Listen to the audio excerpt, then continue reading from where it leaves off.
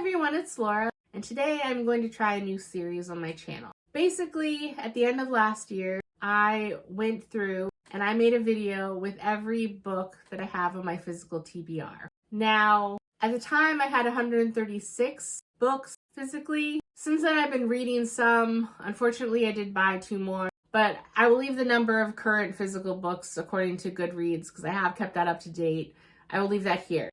But anyway, this is what I'm working with, and my goal is for 2025 to get that number down to 75 or below. And unfortunately, I basically have 2 main categories for my physical TBR. I have the books that I've bought in maybe the last year or 2 that I am super excited and eager to read. And then we have what I've seen other people refer to kind of as their TBR veterans, the books that have been there for ages on my bookshelf. At this point, many of them I don't remember even picking up or where they came from, if they're a gift, how long they've been. They've been there a long time. And I'm less eager to read those. A lot of them, unfortunately, at this point are YA, and that kind of doesn't suit my current tastes anymore. I feel like most YA I've kind of grown out of, and I'm still willing to read YA if it's good YA and it's come recommended, but I can't trust that everything on my shelves is good YA. But on the other hand, I'm assuming I did pay money for these at some point, and I just don't want to donate them without at least attempting to read some of them. So this series is basically going to be me reading through some of those TBR veterans, because a lot of them I don't think are very popular titles, or they're so old I can't see making individual videos for my reviews or thoughts on those books. I don't know how many or how often I'm going to do these, but I figure I'll grab about 3 books from my TBR veterans at a time. Do not so much a vlog, but maybe little updates as I read through them to see my thoughts and kind of condense that into one video, 3 books, 1 video, and do it that way. And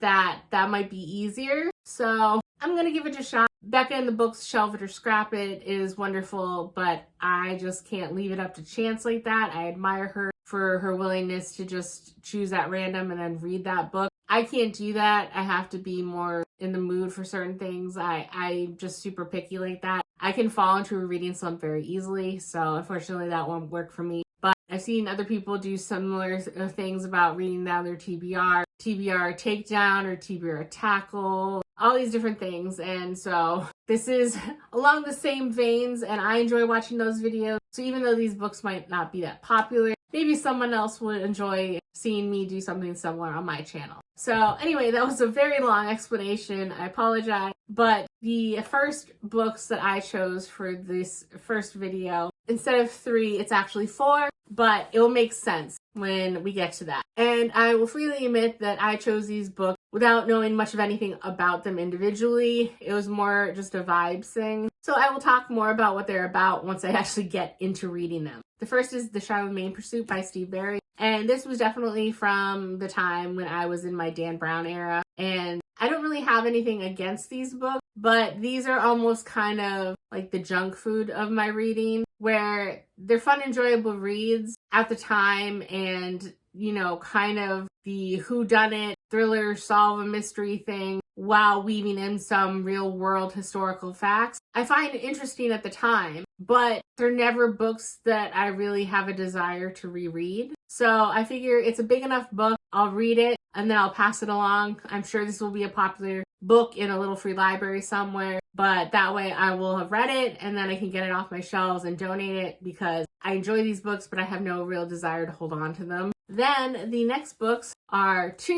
and that's because it is The Warrior Heir and then The Wizard Heir, which are 1 and 2 in a series. And I believe there's 4 or 5 books in this series, but I somehow have the first 2. So I figured I would tackle them at the same time. I will attempt, I believe The Warrior Heir is the first in the series, so I will attempt to read it. If it doesn't strike my fancy, if I DNF it, then I'll get rid of it and the sequel. If I like it enough, then I will continue on and read the sequel and then get rid of them, because even if I like them, it's probably unlikely that they'll be one of my all-time favorite series and I'll want them on my shelf. So I figure it's an easy way to get rid of 2 books in one go. And I did look, and I forget if it was Hoopla or Libby, but they did have audiobooks for this series. So on the off chance I do really like this series, I can continue on in the next few books in audiobook format and go from there. But I figure this will hopefully make a dent in the TBR pile. And then the last book is The Girl Who Reads on the Metro. And this one was basically because I was doing 3 other books. It's a small book. It's only 172 pages. And the fact that I'm tackling 4 books instead of 3. This is a book that I'm honestly looking forward to the most. This is the one that I know the most about. And so I'm excited to read it. This is one I'm probably most likely to keep on my shelf eventually. We shall see though. But I also think it's just kind of nice mix of genres that I have going on. So these are the books that I am choosing to read in this first video. So I will see you next with an update once I start reading one of these. So I'm here with a quick update. I am halfway through the Charlemagne Pursuit, and it's pretty much along the same lines of what I expected. I've read a few Steve Berry books before, and so his main character is Cotton Malone, and I know I've read a few books with him in it as a main character. I can't honestly remember off the top of my head, but just kind of like Dan Brown has Robert Langdon, Cotton Malone is with Steve Berry. So he was kind of an ex-special agent from the US, and I think he's also a lawyer, but he retired 2 years ago and he runs a bookshop in Copenhagen, but he kind of always gets sucked into some fiasco going on in the world. And so this book starts off with Cotton's father, and you see that he was on a sub in the 70s, and you don't know what's really going on, but they seem to be running into issues where their sub is malfunctioning and it's causing them to dive unexpectedly, and they're trying to level out, and they settle on the bottom and they turn on their outside lights to see what's going on, if there's anything dangerous out there. And then they're having issues with some batteries that are leaking toxic fumes, and then it just kind of cuts off the chapter there. And so cut to current day, where Cotton Malone is trying to find out what happened to his father, because despite all his years of service and being in the position to have access to confidential information, he was never authorized to see what happened with his father or read any of his files. So basically he calls in a favor from his former boss, Stephanie, and she gives him a memo, and when he is at the handover to get this memo or this report from a special agent, he is set upon by 2 people basically trying to relieve him of that report and also do him harm. And so he kind of flees, and then in quick succession he is approached by 2 women, twins, Dorothea and Crystal, and they are both from the Oberhauser family. Sorry if my pronunciation is just awful, I'm trying. And so what they say is their father was also on the sub that Cotton's father was on, and that they think that the sub and the highly confidential nature of the mission had something to do with their family's past and research, and their family is tied to the Nazis, and their belief that there was a very advanced seafaring people back in Charlemagne's time, and they have cryptic clues in a book that no one can read, and so they are trying to decipher it, and that takes them to Charlemagne's tomb and all of this. And basically the twin sisters cannot be more different, and they have different ideas how to go about this. And Dorothea was the first one to approach Cotton, and he spurned her, and he reluctantly agreed to help Crystal. And it seemed to basically kind of be a competition between the 2. And behind them both is their mother, who wants this eventually to be a collaborative effort between the girls, because once she dies on, they're basically the only people left to inherit the family legacy, because Dorothea had a son, but he was killed in a car accident about 5 years ago, and Crystal never married or had any children, and so it basically comes down to them, and she wants to find out why her husband died. And so you're not supposed to really trust either of the twins or their mother, but Cotton at this point really just wants to know what's going on and what happened to his father. And at a certain point, he's invested. I mean, I doubt anybody who is after him at this point is going to just let him walk away. He promises and Pinky swears that he will give up the search now. So that's where I'm at right now. It's pretty much exactly like I expected it to be. It's interesting, and the idea, and Steve Berry usually has a note at the end about how much of the story is based on fact versus what he elaborated to make the plot of this book work. So I don't know how much about this past and the history with Charlemagne is truthful yet, but it is very interesting. But at the same point, it's nothing groundbreaking. And one thing that really bothered me is that I'm not a secret agent.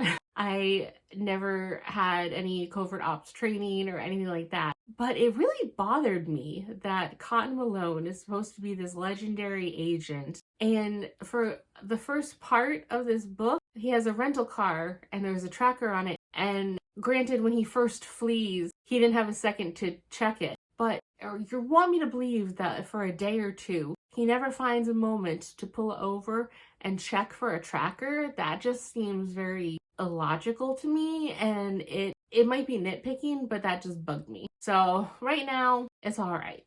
So if things continue as they are, I expect to probably give it a 3 and unhaul it and give it to someone who will hopefully enjoy it more. But we shall see. I'll come back to you once I finish it. And I'm back. I have finished the Charlemagne Pursuit. And basically, it went just as I thought it would. It was an enjoyable, easy read. I'm giving it 3 stars. Wasn't exactly blown away. And I don't know, it might be just because it's been so long since I've read a book like this, but I was actually kind of surprised by how quickly the mystery was kind of uncovered, because the whole point of this book was that Cotton wanted to figure out what happened to his father, and that the twins were trying to find their father as well, but uncover deeper truths to this legend and lore of the family. And normally, from what I can remember, when I used to read like Dan Brown and stuff, it seemed like normally these type of books go all over the place, uncovering a clue here to lead to this, and it's kind of a long drawn out thing. Here, Cotton basically went to 2 or 3 places, and one of those wasn't even really remotely needed. That's just where he met the first of the twins. So to actually like uncover the truth, it was basically 2 locations, and then they were off to Antarctica. And I don't know, it's just one of those things that certain tropes kind of annoy me. I'm all for having an intelligent protagonist, but when it just seems like Cotton can figure everything out and he knows what he's doing, and just the amount of life experience and knowledge that he supposedly has, it just wears on me a little bit. And then they have him hook up with one of the twins, which was just completely unnecessary. And I know in high stress situations, some people fall back onto physical intimacy, even if it's with people you don't like.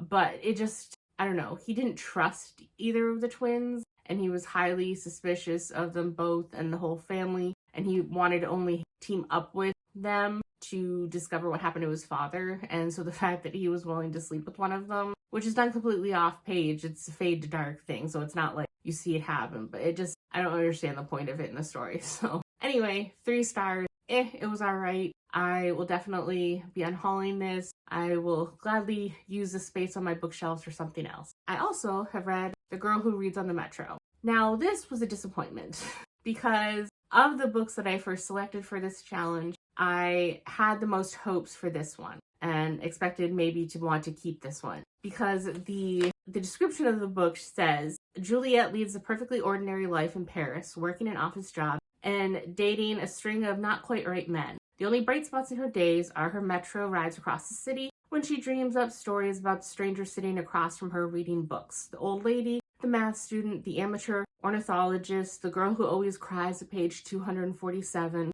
One morning, avoiding the office, Juliet finds herself standing in front of a rusty gate, wedged open with a book. Unable to resist, she walks through the gate and into the bizarre and enchanting lives of Solomon and his daughter Zaidi. Before she entirely realizes it, Juliet agrees to become a passeur, one of the booksellers Solomon hires to take books out of his shop and into the world to match them with their ideal reader. Suddenly, Juliet's daydreaming becomes her reality, and she has to decide if she's ready to throw herself in headfirst. Big-hearted and utterly delighted, the girl who reads on the metro is a modern fairy tale about the power of books to unite us all. Now, it sounds really quaint and cute, and I like this idea because who hasn't been out and about in the world and looked at strangers and tried to come up with ideas of who they are or little stories about what's going on in their life or who they could be. But this was translated from French, and so I don't know if it's a translating problem and it was better in the original French, or if it's just how the story was written. But some of it was hard to follow almost. It was very almost abstract in the thoughts that our main character Juliet had some of the time, and it just seemed bizarrely disjointed to me. I don't know if it was because the writing was what I might have considered more lyrical and abstract, that it just didn't resonate with me. But it's a short book. It was 172 pages, and it was hard to get invested in any of the characters, really. And it was just, I don't know. I mean, obviously, being a shorter book, a novella, I don't know if it qualifies as a novella, you have limited amount of time to be drawn into the plot or the characters. But there were certain aspects of Juliet that I found relatable or understandable. She was basically kind of set on this safe path by her mother in her life and her job. And so she's just kind of felt okay. She's never really felt any extreme emotions or extremely happy with her life. So I don't know, she meets Solomon and kind of gets tied up in this whirlwind of a thing.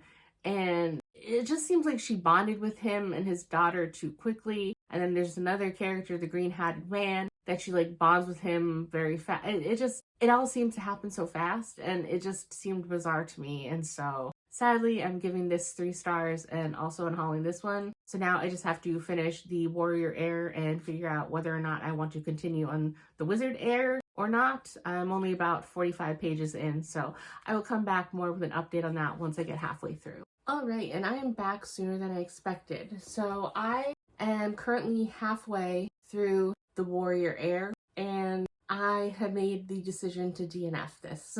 So this book is about Jack, and he is a 16-year-old living in Ohio, and he had a heart condition when he was a baby, and he's had to take this liquid medication every morning since he had heart surgery when he was a baby. And his mom is very insistent upon it, and they had a specialist heart surgeon all the way over from England to perform the surgery. So one morning he forgets to take it, and he feels better, he feels stronger, he has soccer tryouts, and then something odd happens. The school bully that is with his ex-girlfriend is coming at him on the field, and he kind of feels like a rush of something leaves him, and the bully ends up kind of tossed a good 10 feet or so. And he doesn't really think anything of it, but everyone in his neighborhood afterwards kind of acts like a kicked anthill and tells him to hurry home and get home safe and to take his medicine, and things just seem to be bizarre.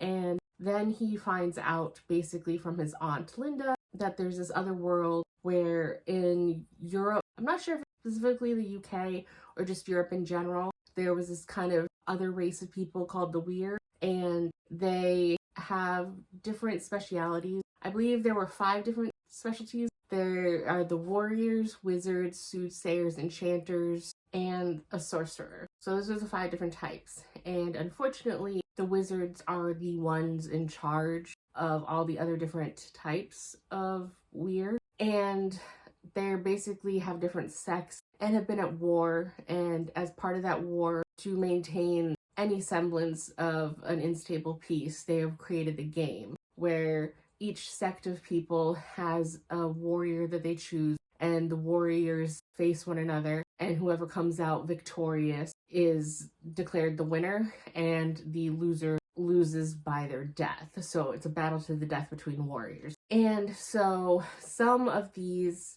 Weir ended up, in order to not get too involved in all of this going on, they moved to America, hoping to get out of the fray. And so the first chapter is actually one of those families in like 1870 that's here. And they call normal people like us Anna Weir. So it's kind of the Muggle Anna Weir.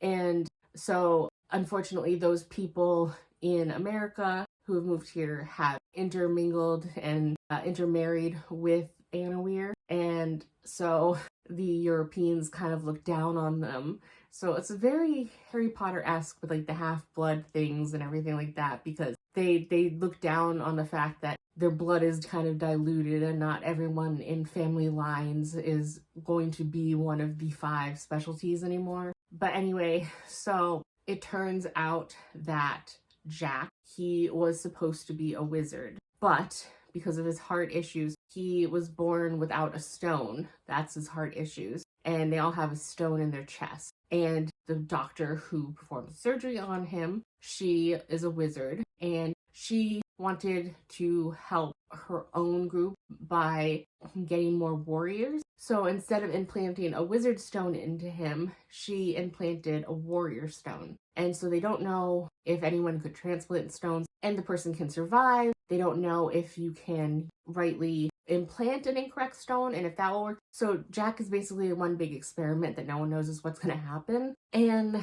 I am just not drawn into it. And none of this stuff that I'm saying is too spoilery because it's all said pretty early on in the book, and it's very YA, where he tries to figure out what's going on, what's happening, why he feels different without the medicine, and he has to yell and beg for people to tell him the truth of what's going on because the people around him aren't sharing what's actually happening. And so he has to pull teeth to get the truth of what's going on. And his Aunt Linda is an enchanter. His mother is just Annaware. She has no idea that any of this is going on in his life or that this world of the Weir exists. And so you see him as he takes up training with becoming a warrior. And he also, because he was originally meant to be a wizard, they see if he's able to tap into any of that power. And then meanwhile, they suck you into his school drama about how it's going on the soccer team and that his ex is, because he's doing so well on the soccer team, she is kind of pissing off her current boyfriend by flirting with him again. And Jack is frustrated by this, but he never takes any real huge steps in pushing her away, which aggravates me.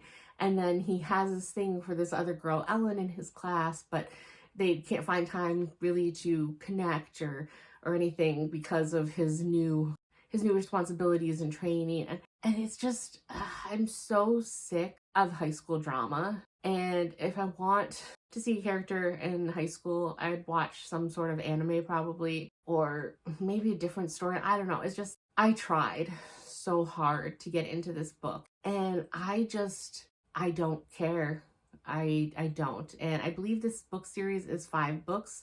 I already looked, and The Wizard Heir, the second book, it's following a different character, 16-year-old Steph Macaulay. And so it could be that I might like this character more. I don't know if Jack will cross paths at some point and they form their own sort of group through the 5 books. I don't know, but I don't want to invest the time into that many books. It was a struggle to get halfway through this book, and I thought last night about DNFing it, and I'm like, you know what? Sleep on it, see what you think. No, I'm DNFing it. So giving my Itachi bookmark back, and that is the unexpected end of this first episode in the series. So I started off with Steve Barry's The Charlemagne Pursuit. It was good. It was what I expected it to be. It was kind of a light junk food type read. 3 stars. I'm definitely unhauling it. Then The Girl Who Reads on the Metro, which I had high hopes for after reading the description. Unfortunately, it was a letdown, and I gave it 3 stars, also unhauling. And then The Warrior Heir and The Wizard Heir, which I just talked about, and I will also be unhauling. Maybe I can give these away in a free little library, and someone will get invested in the series, because maybe if I was younger, I would be more drawn to it, but it's just not for me. So unexpectedly, kind of sad. I am getting rid of all of these books and clearing the space on my bookshelf, so I'm at least looking forward to that. And after doing my first episode here, I've come to the executive decision that initially I was just going to manually pick these books because I am a mood reader. And funny thing is, I wasn't really in the mood for any of these books. I just thought that by mixing up the genre and the different sizes of the books and picking ones that would clear up the most space on my bookshelf first, that would be a good method, but I didn't really feel fully invested in any of these books. So then again, I figure, what is the real point of me physically picking out these books? And so I am going to follow suit with a lot of other book channels, and I did write down the names of the books on my physical TBR in here, and I will be picking for episode 2. I didn't want to go through the headache of trying to separate books into genres, so they're all on white boring lined paper, but I will be picking from here. I will still allow myself one veto if there's whatever reason a book I pull that I absolutely do not want to read during that episode, but I will go over more my plans with the jar in the next episode. So that is all I have for this, and I hope you enjoy this new little series on my channel, and I will see you in the next one. Bye!